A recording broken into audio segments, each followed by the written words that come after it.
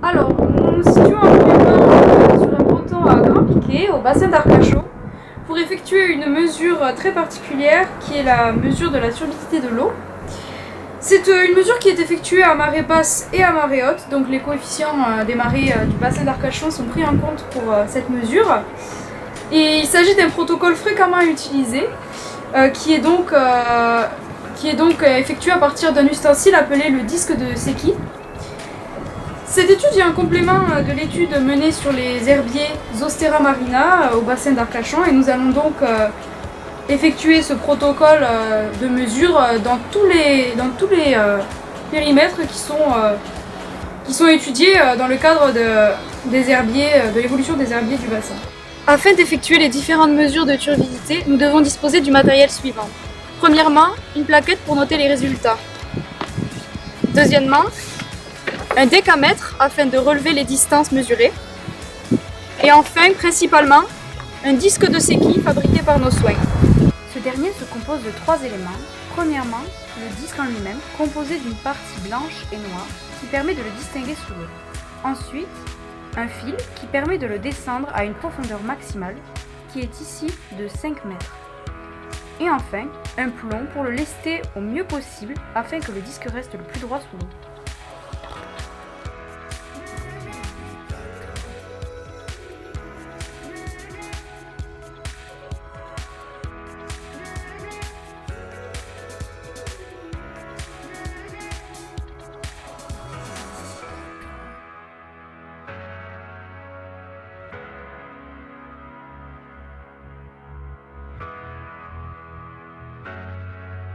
Nous immergeons le matériel.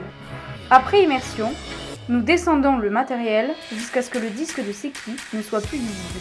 Nous le distinguerons grâce à ses parties blanches et noires.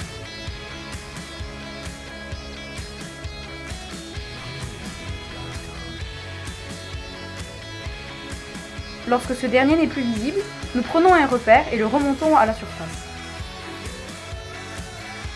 Ensuite, nous effectuons une mesure de la distance à laquelle nous avons dû descendre le disque pour qu'il ne soit plus visible.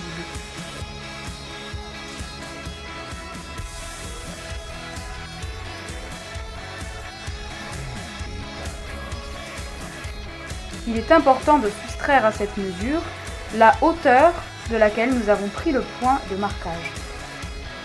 Ici, il s'agit de la hauteur du ponton. Nous effectuons cette soustraction afin d'obtenir la distance exacte qu'il a fallu pour que le disque de Secchi soit invisible.